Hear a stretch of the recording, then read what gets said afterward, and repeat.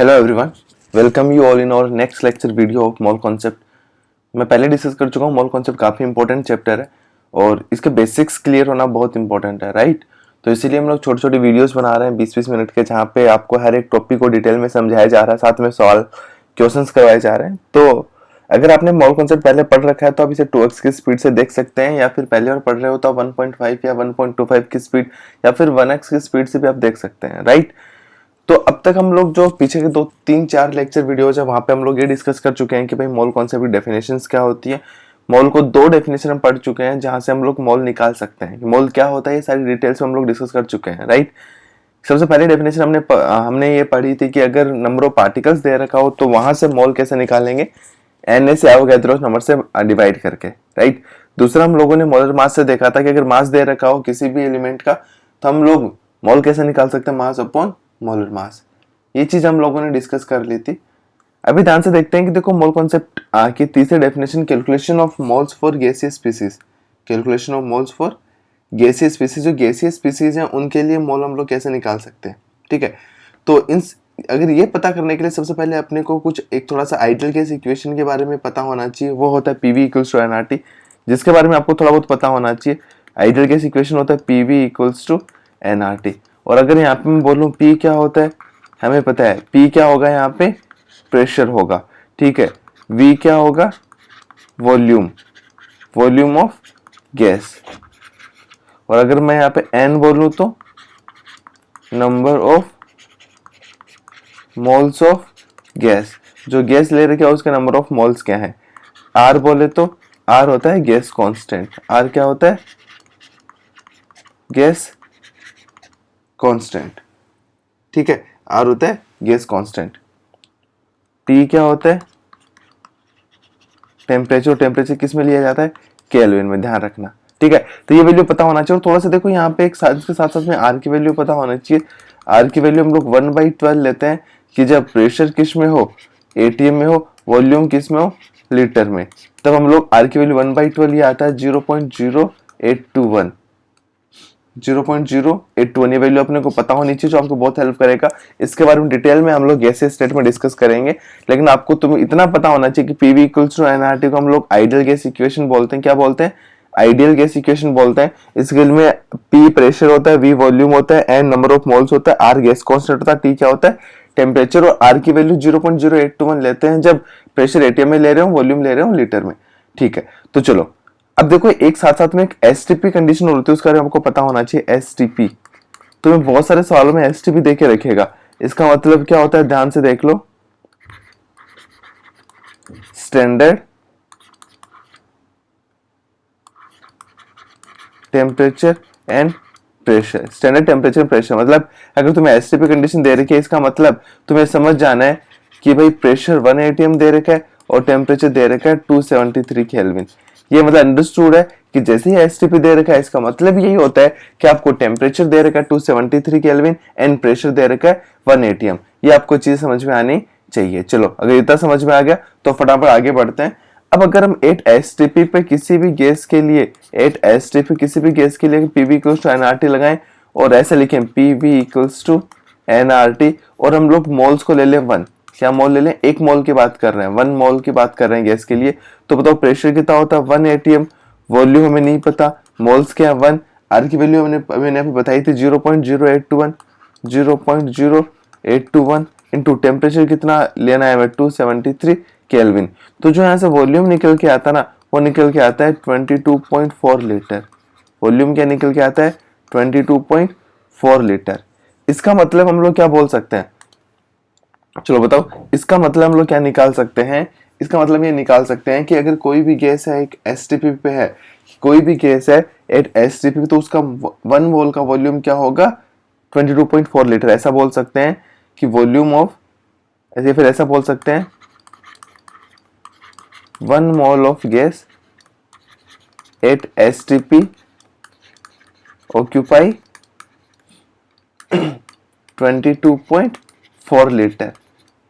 मतलब अगर कोई भी गैस है जिसका अगर हमें एसटीपी पे कंडीशन दे रखा तो उसका 1 मोल 22.4 लीटर ऑक्यूपाई करेगा।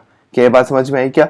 चलो तो यहां से फिर हम लोग अगर आपको वॉल्यूम दे रखा है कुछ भी और एसटीपी पे अगर हमें मोल निकालना हो, मतलब मैं अगर एसटी पे वॉल्यूम दे रखा हूँ, मोल निकालना, तो मोल कैसे निकाल सकते हैं कि वॉल्यूम किसमें, लीटर में, डिवाइड बाई 22.4। अगर हमें कोई वॉल्यूम दे रखा हो तो हम लोग ये बता सकते हैं कि उसका मोल क्या होगा, मोल होगा वॉल्यूम अपॉन 22.4। अगर हमें मोल दे रखा हो तो हम लोग उसका वॉल्यूम भी निकाल सकते हैं एसटीपी पे।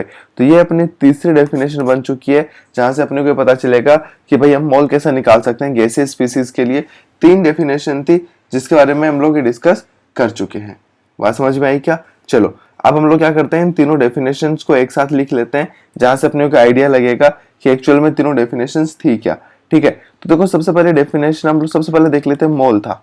क्या मोल को देखो किस में क्या क्या कन्वर्ट कर सकते हैं, बहुत ध्यान से देखिएगा कि देखो सबसे पहले अगर हम लोग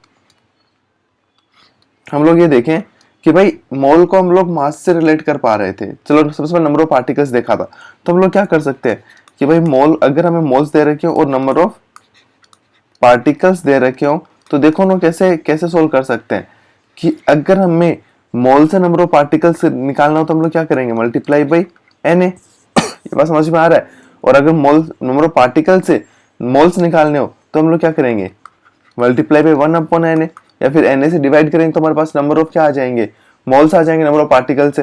ठीक है, दूसरी अगर हम लोग बात कर लेते हैं कि अगर अगर हमें दूसरा डेफिनेशन हम लोगों ने मास से देखा था कि अगर हमें मास दे रखे तो अगर हमें मोल से मास निकालना हो तो मल्टीप्लाई बाई मोलर मास कर देंगे हम लोग, और मास से अगर मोल निकालना हो तो 1 अपॉन मोलर मास से मल्टीप्लाई कर देंगे, या फिर मोलर मास से डिवाइड कर देंगे तो हमारे पास में मोल आ जाएगा। क्या बात समझ में आई क्या? चलो नेक्स्ट क्या था कि अगर अगर हमें अब वॉल्यूम दे रखा हो, क्या दे रखा हो, वॉल्यूम, क्योंकि वॉल्यूम भी हम लोगों ने पढ़ लिया है अभी। अगर वॉल्यूम मोल दे रखा हो, उससे अगर वॉल्यूम निकालना हो तो मल्टीप्लाई बाई 22.4 से लीटर से मल्टीप्लाई कर देंगे। ध्यान रखना कि किस कंडीशन पे होता है, सिर्फ एसटीपी पे।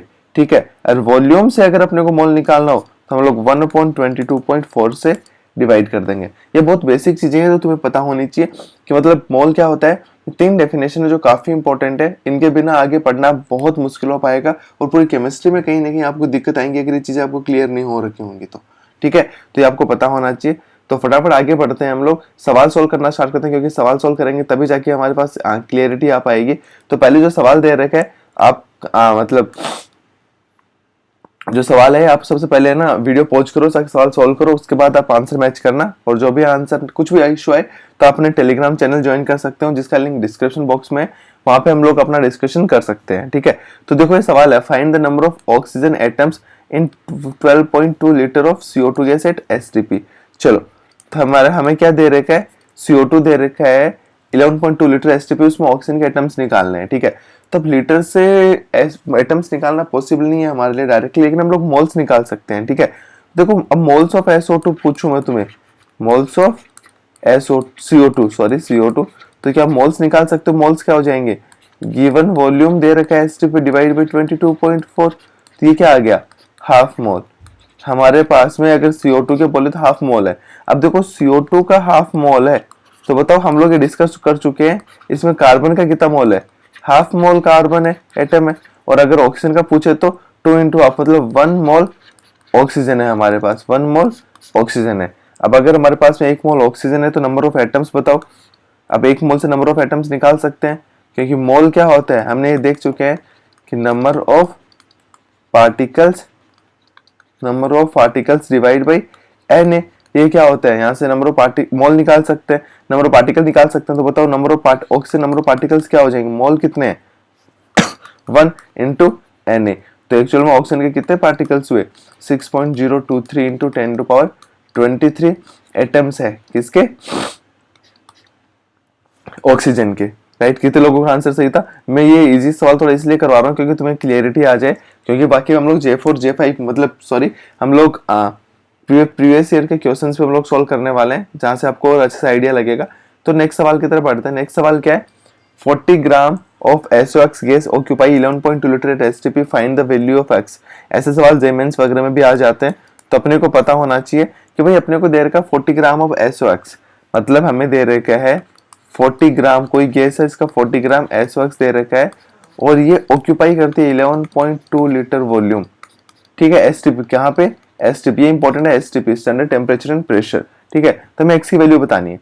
अब एक चीज ध्यान से देखो कि अगर भाई हम लोग, अब हमें भाई ग्राम से वॉल्यूम निकालना डायरेक्टली कोई रिलेशन नहीं पता है, लेकिन हमें पता है ग्राम से हम लोग क्या निकाल सकते हैं, मोल, और वॉल्यूम से भी क्या निकाल सकते हैं, मोल, और दोनों मोल्स क्या होंगे, इक्वल होने चाहिए, है कि नहीं, इक्वल होंगे। तो अब देखो कि अगर हम लोग SOX का स्ट्रिप पे वो मोल्स निकालते हैं तो देखो मोल्स क्या आ जाएंगे, मोल क्या आता है, वॉल्यूम अपॉन एसटी पे वॉल्यूम 22.4, तो वॉल्यूम कितना 11.2 डिवाइड बाई 22.4, तो हमारे पास मोल्स आ गए हाफ मोल।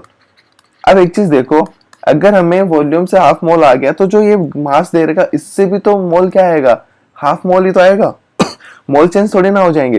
तो देखो अब अगर इसे हाफ मोल है, इसको अगर हम इक्वल करें मास से, तो हमें मास क्या दे रखा है 40, क्योंकि देखो ये डेफिनेशन में पता है मोल क्या होता है, mass upon gram molecular mass. Molecular mass हम लोग डिस्कस कर चुके हैं, तो देखो मास 40 है, ग्राम मोलिकुलर मास कैसे लिखोगे बताओ, सल्फर का कितना होता है 32 plus x into 16, x into 16, ये बात समझ में आई क्या।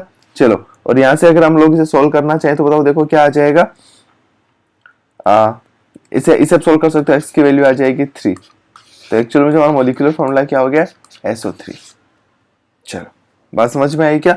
तो ये मोल कॉन्सेप्ट की तीसरी डेफिनेशन थी जिसके बारे में आपको पता होना चाहिए, क्योंकि ये 3 डेफिनेशन से काफी इंपॉर्टेंट है, जो अलग अलग तरीके का डिस्कशन होता है, अलग अलग जगह पे काम आता है, हर तरीके से अलग अलग जगह पे काम आती है।